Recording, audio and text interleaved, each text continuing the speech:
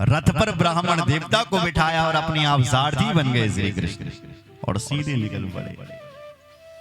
दाऊ जी ने देखा रात्रि होने वाली, कन्हैया कहां जा रहे हैं, आवाज लगाए ओ कन्हैया। तब तक तो भगवान का रथ दौड़ गया। किसी से पूछा भैया ये कन्हैया रात्रि के समय, रात हो रही है, कहां जा रहे हैं? बोले महाराज हमें नहीं पता।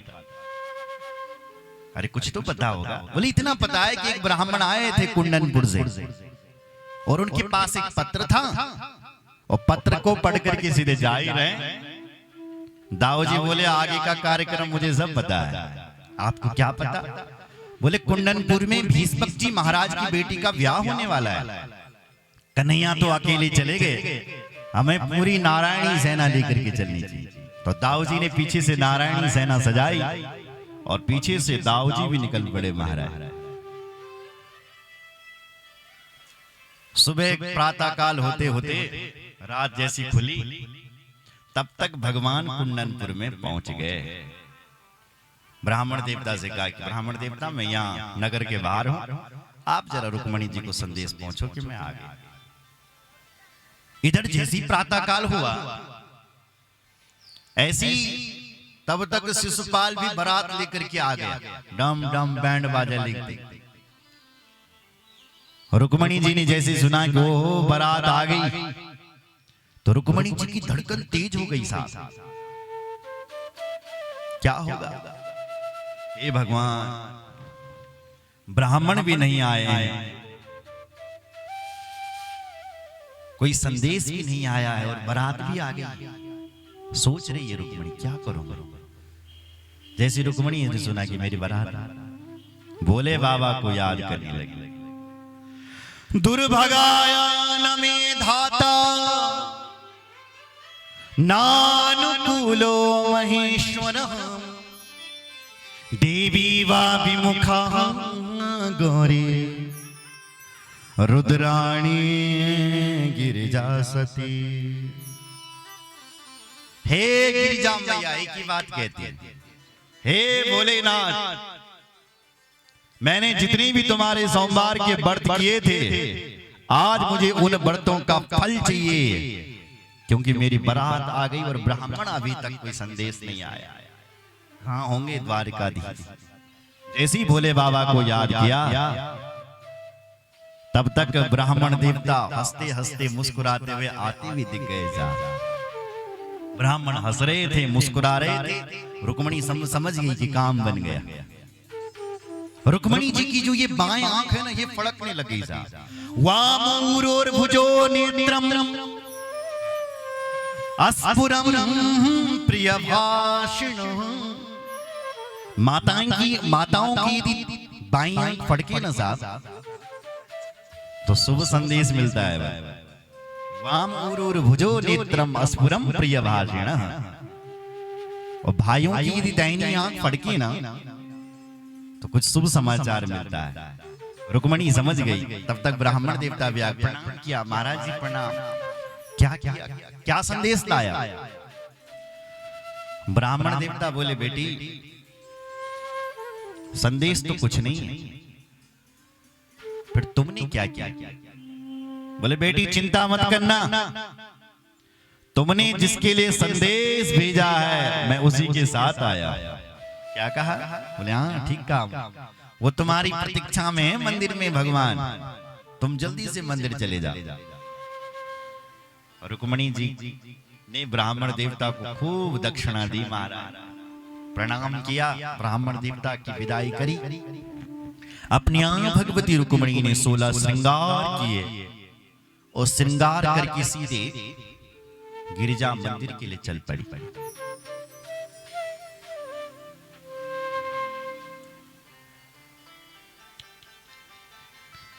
गिरिजा मंदिर के लिए गए। इतने में रुक्मणी का भाई आया, रुक्मी।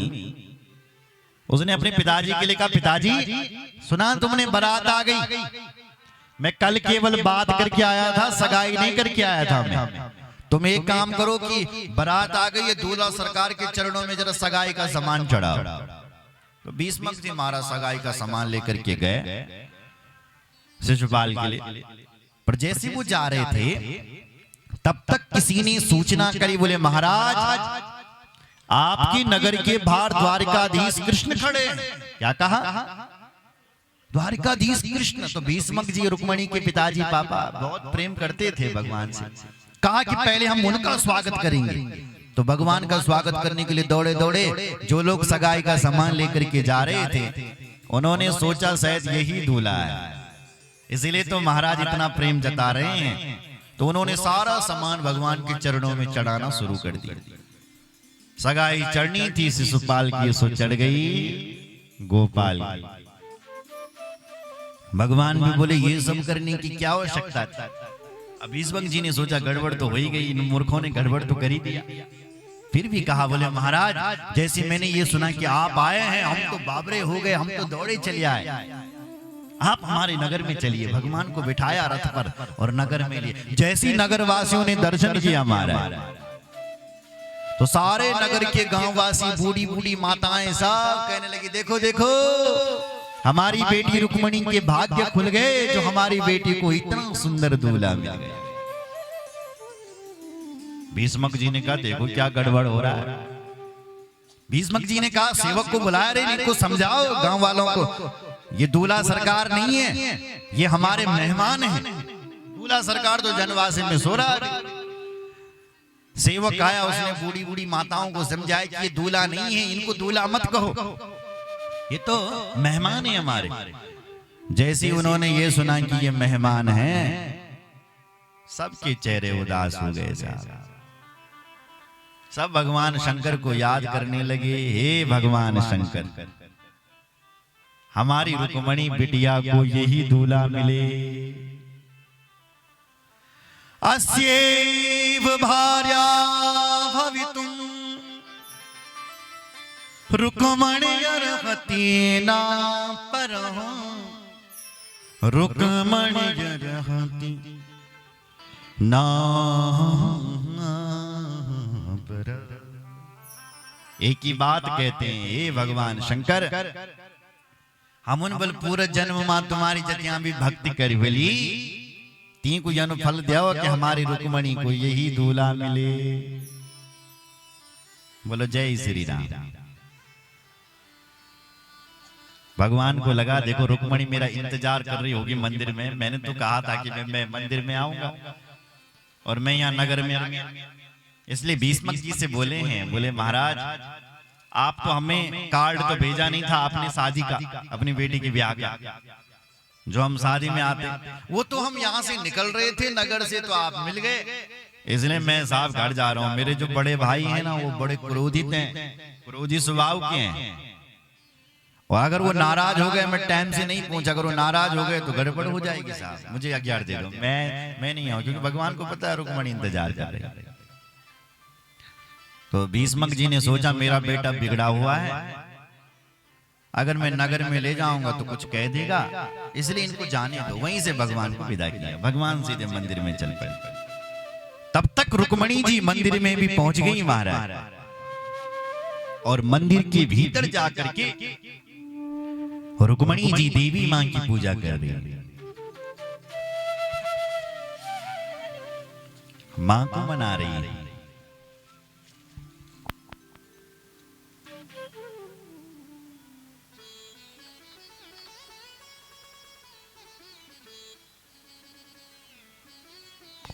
रुक्मणी जी मंदिर में जा रही हैं और मंदिर में देवी मां की पूजा करती है। क्या कहती है देवी मां?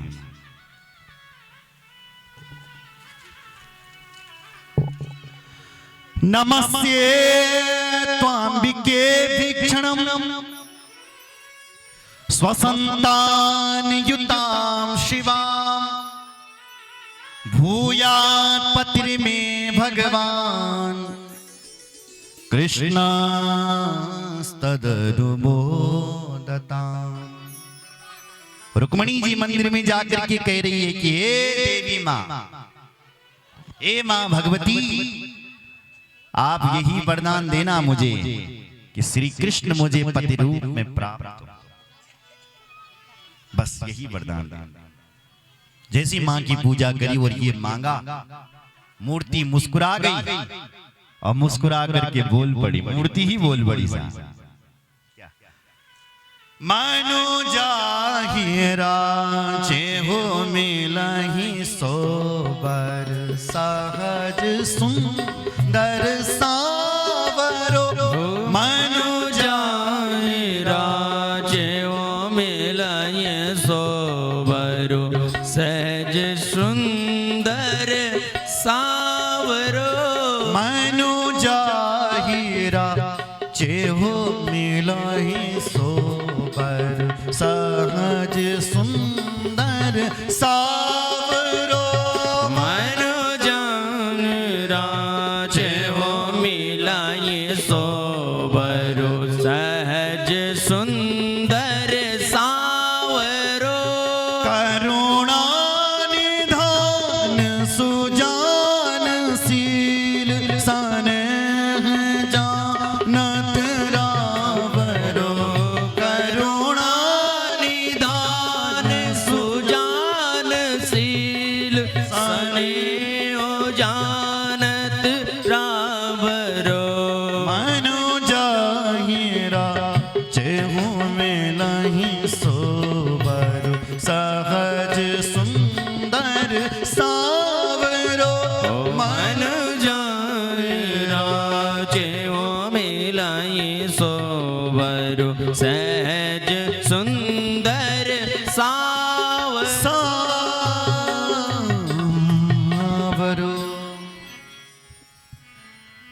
भगवती आशीर्वाद दे रही है, वही दूल्हा मिलेगा जो तुमने मांगा। मां आशीर्वाद दे रही थी, इतने में किसी ने शिशुपाल को खबर भेज दी, बोले महाराज आप यहाँ जनवासी में बैठे हैं और वहां लोग श्री कृष्ण को ही दूल्हा समझ रहे हैं और सगाई का सामान वहां चढ़ा रहे हैं। शिशुपाल ने कहा ये श्री कृष्ण कहां से आया? बारात मेहमान आया था जरासंध, उसने कहा कि कृष्ण और बलराम को तो मैंने भस्म किया था। शिशुपाल ये तेरी बारात में कहां से आया?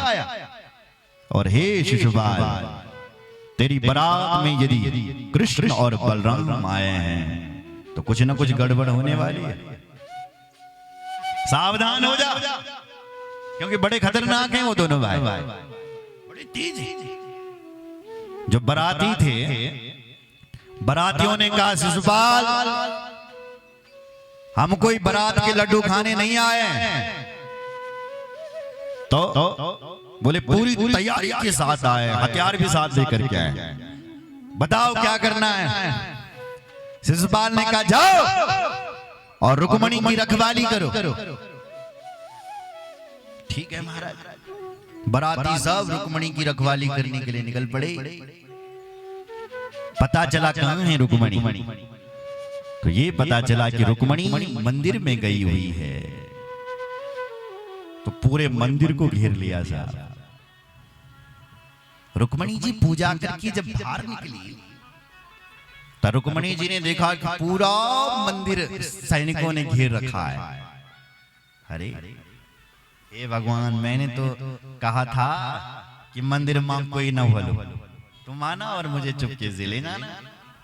यहां तो इतनी बड़ी सेना आई, पर चलो सेना आई है, पर यहां हमारे द्वारिकाधीश कृष्ण कहां होंगे? रुक्मणी जब बाहर निकली तो हर चेहरे को ध्यान से देखती थी कि ये द्वारिकाधीश कृष्ण है, क्या ये द्वारिकाधीश कृष्ण है? हर चेहरे को ध्यान से देख रहे हो, जिस चेहरे को भी ध्यान से देख रही हैं वही अपने आप को धन्य मान रहा है कि वाह हम भी कोई कम सुंदर नहीं है। रुक्मणी हमको देख रही है। भगवान ने उस समय अपनी मोहिनी माया को छेड़ दिया। सुन रहे हो? अपनी माया को छेड़ दिया और जितने भी सैनिक थे वो रुक्मणी जी के सौंदर्य का वर्णन करते गए। कोई कहता है रुक्मणी को देखकर, अरे भैया देखो तो सही कितनी सुंदर है, और सुंदर की जगह बाल देखो क्या गजब के। दूसरे ने कहा तू बाल देख रहा, साड़ी नहीं देख रहा, क्या गजब की है। तीसरे ने कहा तू साड़ी देख रहा, गले का हार नहीं देख रहा, क्या गजब का। ऐसी रुक्मणी जी के सौंदर्य का वर्णन करते जा रहे हैं। रुक्मणी जी उन सबको देखती जा रही, द्वारिकाधीश कृष्ण का। अचानक जब रुक्मणी की दृष्टि द्वारिकाधीश कृष्ण पर पड़ी, भगवान पर पड़ी, तो भगवान ने हाथ हिलाया, हमें है। तुरंत रुक्मणी जी को हंसी आ गई, और जो रुक्मणी जी के हंसी का दर्शन किया, इन सैनिकों ने सब मोहित हो गए, घायल हो गए। भगवान सीधे गए, रुक्मणी का हाथ पकड़ा, एक ने कहा जोड़ी क्या जबरदस्त है, देखो जरा। भगवान रुक्मणी को रथ पर बिठा लिए, एक ने कहा रथ देखो क्या गजब का है, और भगवान घोड़ों को दौड़ाने लगे। दूसरे ने कहा अरे घोड़े नहीं देख रहे क्या गजब के हैं। और जब दूर तक भगवान रुक्मणी को ले गए, तब एक ने कहा बोले भैया ये बताओ कि हम किस लिए आए थे यहाँ। बाद में कहने लगे क्यों आए। एक को ध्यान है, ओ मुझे पता है रुक्मणी की रखवाली के लिए। तो तीसरे ने कहा रुक्मणी कहां है, कहां है रुक्मणी। जो सखियां थी उन्होंने कहा तुम बांग्ले पे तो नहीं आया, रुक्मणी तो गई, कौन ले गया, द्वारिकाधीश कृष्ण ले गया। सैनिकों को क्रोध आ गया, छोड़ेंगे नहीं द्वारिकाधीश कृष्ण। भगवान के रथ के पीछे पीछे भागे महाराज। भागते भागते जब भगवान नहीं रुके तो चुनौती दी भगवान को, हे कृष्ण रुक जा, यदि तू क्षत्रिय है और आपने अपनी मां का दूध पिया है तो रुक जा। और भगवान को कोई चुनौती दे के भगवान ना रुके, भगवान ने अपने रथ को मोड़ दिया।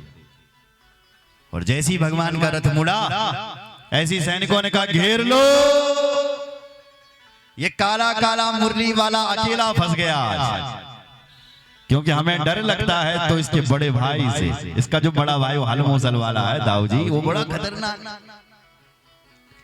आज जी काला काला मुरली वाला अकेला फंस गया। भगवान को घेर करके मारने की प्लानिंग करने लगे।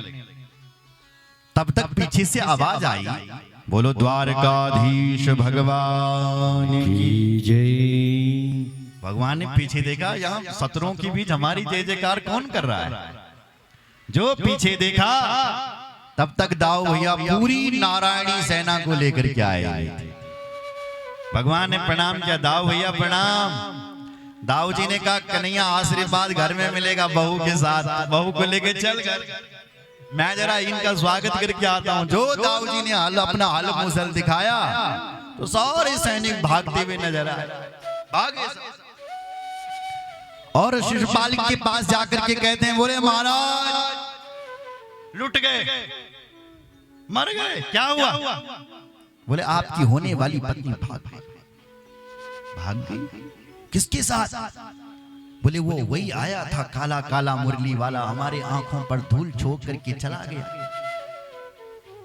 शिशुपाल रोने लगा, महाराज जरासंध ने कहा मैं पहले ही कह रहा था कि कुछ ना कुछ गड़बड़ होगा, क्योंकि वो मुरली वाला बड़ा खतरनाक है, मुझे भी ऐसी बेवकूफ बनाए। रोने लगा शिशुपाल, दुल्हन के डोले में खुद बैठ गया और रोता रोता अपने घर में गया। कहता अब मेरी भाभियां मुझे रोज गालियां देगी। बोलो जय श्री राम। घर चला गया। लेकिन जो रुक्मणी का भाई था, रुक्मी बड़ा वाला भाई, वो बड़ा तेज था। उसने भी अपना रथ सजाया और पीछे पीछे भगवान के चल पड़ा। और उसने रास्ते में भगवान का रथ पकड़ लिया और भगवान को मारने की धमकी देने लगा, युद्ध करने लगा। भगवान भी रथ से नीचे उतरे और अपनी दिव्य शक्ति के साथ उसको पछोड़ दिया। और जैसे ही उसको मारने लगे तो रुक्मणी जी ने हाथ जोड़ दिए, प्रभु मेरी विवाह वेला पर आप इसको मत मारिए। तो भगवान ने उसको फिर छोड़ दिया और अपनी रस्सी में उसको बांध दिया और अपने रथ के पीछे पीछे घसीटते हुए ले गए, जब तक उसने क्षमा नहीं मांगी। तब प्रभु से क्षमा मांगी और फिर उसको द्वारिका में ले गए भगवान। बोलो कृष्ण चंद्र भगवान की जय।